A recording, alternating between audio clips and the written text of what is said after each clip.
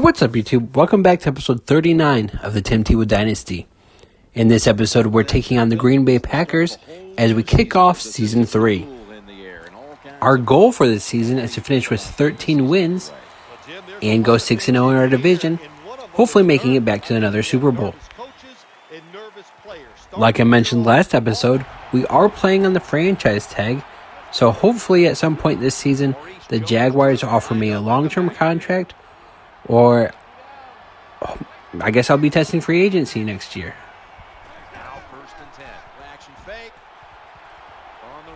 We are looking to throw less than 20 picks for the first time in our 3 seasons, and hopefully get less than 60 sacks this year. We would also like to rush for 1,000 rushing yards. 3 straight seasons by a quarterback would be pretty impressive. It's first down as they head to the line. And now on first down, they'll go back to the air. He's in for the score.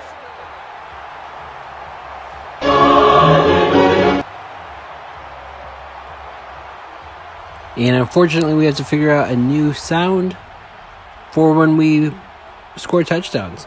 So I'm going to have to come up with a new touchdown music this season, because our first 2 seasons apparently have copyrights on every episode for our touchdown music.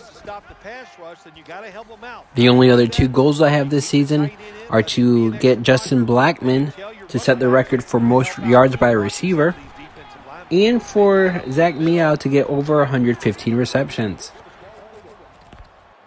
After back-to-back seasons of struggling to get Maurice Jones-Drew involved in our offense, I don't care this year. This year we're going to run my offense how I want to run it.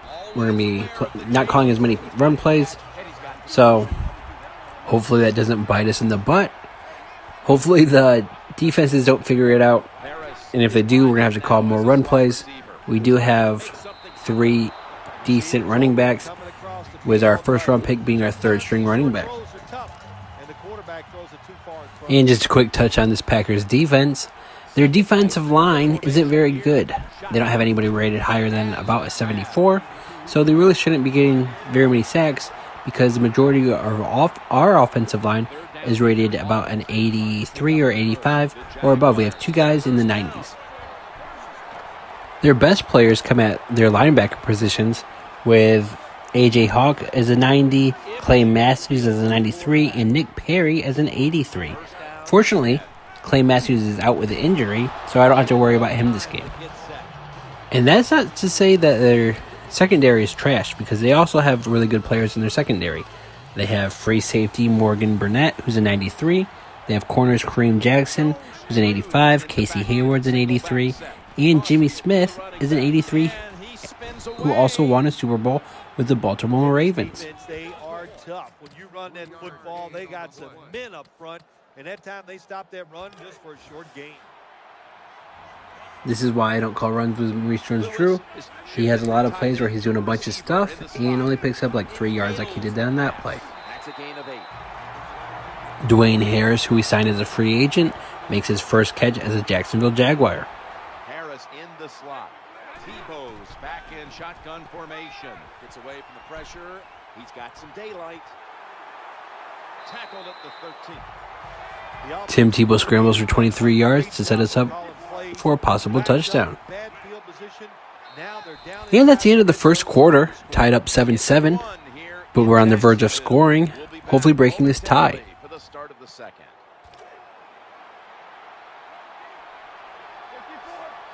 That long gain sets them up here on this play. He'll fire it out to the left. What a catch. Touchdown.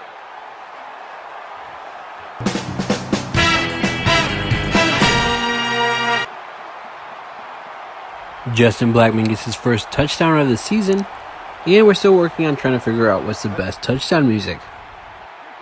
Seems like every time I score, my defense that carried us through the playoffs last year lets them score again. So now it's tied up 14-14.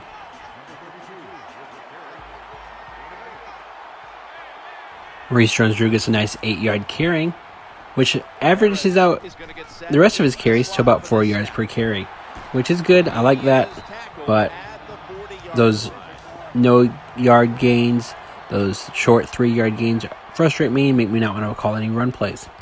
Lewis is in the slot. Mercedes Lewis picks up his third catch of the game for 64 yards.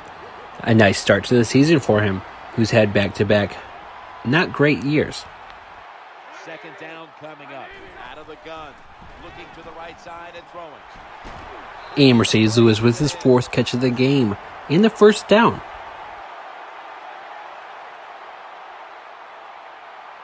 Harris, a receiver in the slot. Tebow's going to take the snap from the shotgun. As the reception. Justin Blackman breaks away from his man to get us into close to scoring another touchdown. You get a couple first downs on a drive. It just, of course, it makes you feel good about what you're doing. It loosens up the offensive play call. At this point in the game, I've completed 6 passes in a row, and I'm looking like the MVP I've been the last 2 seasons.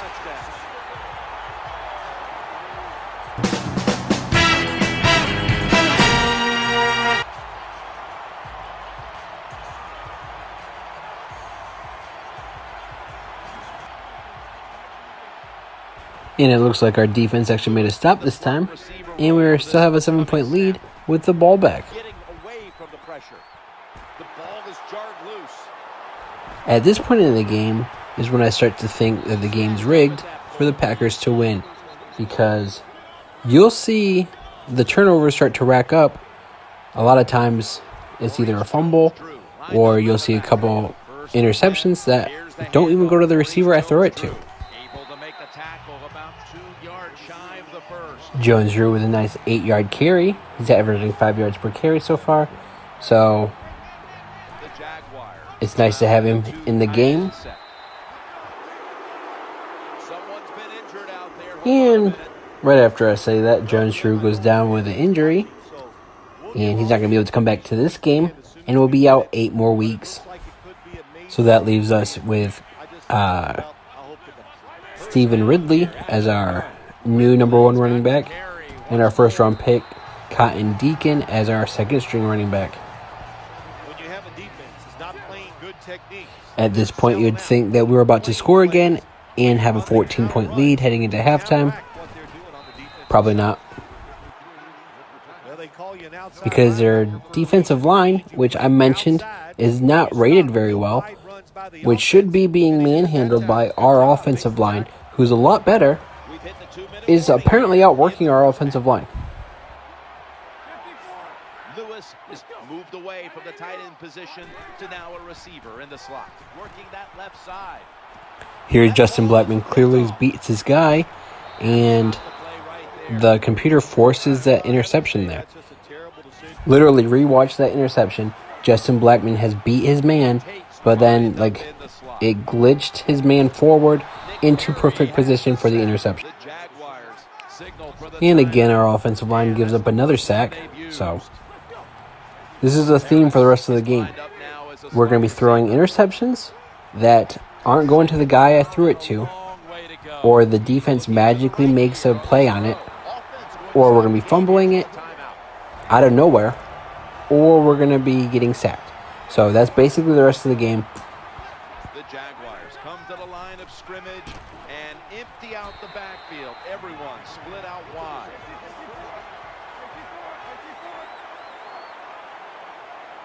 All right, on this next play, you'll see Justin Blackman streaking down the right side of the field, wide open. I hit the button to throw it to him, and instead the ball goes to our receiver Harris for a less of a yard gain. So far, you can see that I'm outworking Aaron Rodgers. By the end of the game, Aaron Rodgers somehow has over 400 yards, 4 touchdowns, 0 turnovers, and they somehow walk away with a win. Just wait. And again, I'm hit, and again, I fumble. Luckily, that one doesn't count as a turnover because my offensive lineman recovered the ball. After that sack, it's now 2nd down and 17. Tebow firing it way down the field. And it's out of bounds, incomplete.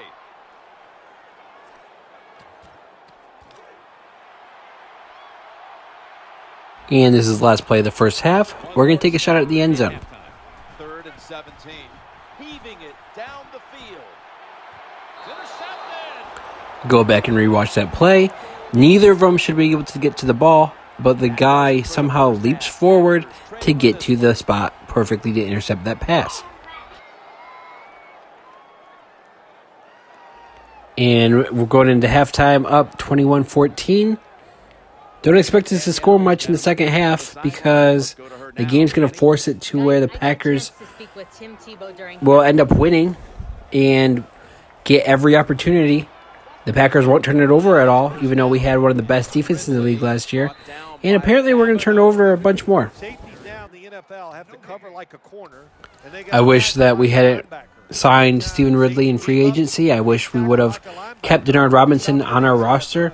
He still had another year on his contract, so I don't know how we just released him, because Jones-Drew, Cotton Deacon, the guy we drafted in the first round, and Denard Robinson would have been a perfect combination going forward. They all have similar run styles and catching ability. Stephen Ridley's not really that running back. Let's see what they do on first down following that huge play. Tebow's going to take it from the gun. On this play, you can see Justin Blackmon streaking down the right side of the field wide open. I throw the ball to him, but for some reason it doesn't go to him. It goes right to A.J. Hawk, and he gets an interception. And now the Packers are only down by 1. The game is literally forcing me to lose this game. It's basically making it so that the Packers win. Because the next time we get close to scoring, just wait. It's going to force either my offensive line to stop blocking, or it's going to force me to have a fumble or interception. But that's how this game has been going. Every time we start to get a lead on the Packers, we just turn the ball over, or our offensive line gives up like 3 sacks in a row. We literally pick up first downs and get drives going, but then we'll just turn the ball over. And it's not like I'm throwing it in bad spots. The game basically is forcing these interceptions out of nowhere, especially that one to A.J. Hawk. He's in the clear, the 40, and they bring it down at the 36-yard line. Because if it wasn't for the 3 interceptions that the game basically, I guess, I don't know if it's written that way, but the 2 that I threw to Justin Blackmon where he's running deep, those shouldn't have been interceptions because he had those guys beat, and then all of a sudden they like blip forward a little bit, which it shouldn't be able to do that. And then the one that A.J. Hawk, I didn't even throw it to that guy. So if it wasn't for that, I'd be out playing Aaron Rodgers right now. And see how when I get us down to the red zone again, after I make an amazing run, we fumbled. Because the game is literally forcing it so that the Packers stay in the game. I don't know. There's no reason I should be fumbling 4 times this game. It's not like they're having great hits that knock the ball out. They're literally, anytime they touch me, because I'm about to beat the Packers, I fumble. That one was probably a bad throw. I was trying to force it between 2 guys, and their garbage-ass backup player picks it off. So, whatever.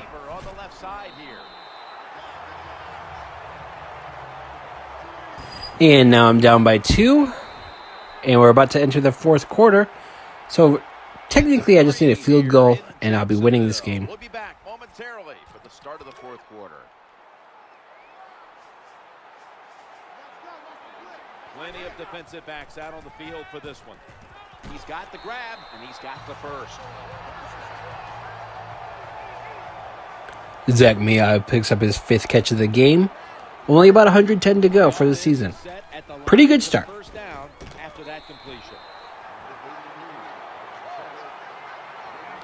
Catch number 6, still not injured. 3rd catch in a row. But just wait. I'm hinting at a future injury for Zach Meow. Golden Tate is playing the role that I prefer Justin Blackmon to play. I prefer Golden Tate to be on the outside and Justin Blackmon take that slot spot down the middle on those 5 receiver sets because I like him better over the middle. Golden Tate likes to drop the ball when he gets hit, but actually today he's having a pretty good game. 3 catches, 42 yards. Not great, but pretty good. And we made it to the Packers side of the field. Let's see how they're going to screw us this time. Throwing now to his left. We've got an injured player on the field. And there's the injury I was referring to. Zach Meow is now out for the rest of the game. He's going to miss an additional 6 weeks. So not only does the game force us to throw 4 interceptions, well, 3. One was definitely my fault. And then fumble 4 times. but it also injured my two of my better offensive players because they want the Packers to win that bad. Got a little crease in on the stop. Anytime you picked up a couple first downs, We pick up the first down with their legs and hit the 100-yard rushing mark for the game. those big boys over there tired. This will be the 8th play of this drive. Looking across the middle, should have had it. You don't see it often. And we drop the ball as we're about to score a touchdown. On this drive, there's going to be a couple drops out of nowhere, and then a couple sacks that push us back and force us to not get that touchdown. Catch the football. And this is the second straight drop.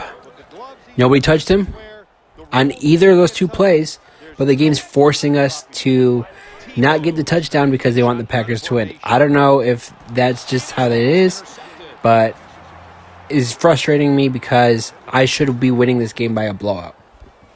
The Jaguars. Yeah, because see on that throw to Golden Tate, I didn't just throw it straight to him.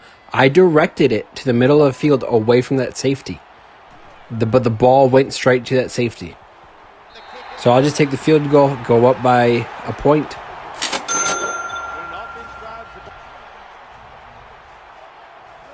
And like I said, my top defense apparently gave up another touchdown. Aaron Rodgers is going to somehow end up with 400-plus passing yards and 4 touchdowns, 0 turnovers. The game is basically forcing him to win because now they not only scored a touchdown, but they got the 2-point conversion, and we're down by 7 points. And right as I was explaining that, the game forces me to fumble yet again as I pick up another first down. So basically, anytime I want to scramble, I have to run out of bounds because if I don't, the game's going to force me to either throw an interception or fumble the ball because the game wants Rodgers and the Packers to win that bad that it's going to force all these miracle turnovers. The offense getting the first down, even though they're losing here in the game. 1st and 10. Going to take off with it. Throws to the right. And he was wide open. That brings the play to an end. Dwayne Harris, the receiver we signed to replace Cole Beasley and Griff Whalen, is actually having a pretty good game. So far, he has 5 catches for 85 yards. They need to make a big play here. And if I actually score a touchdown, I don't get the option to go for 2 because the coach doesn't let me choose that. It's up to the coach. He's scrambling now. Picks up 9. And you can see how I was hoping Harris would turn into a blocker for me, and I could just sneak into the corner of the end zone, but he did not. He just stood there watching me because it is pretty entertaining when I scramble. Tebow's going to take the snap from the shotgun. Gains about 3. They keep fighting for every. Try to scramble for the touchdown, get stopped at the 1-yard line. Get the first down, still got the ball, plenty of time. Trying to run down this clock, head to overtime. Takes it across. That's a touchdown. Able to take it across with just a couple of yards out.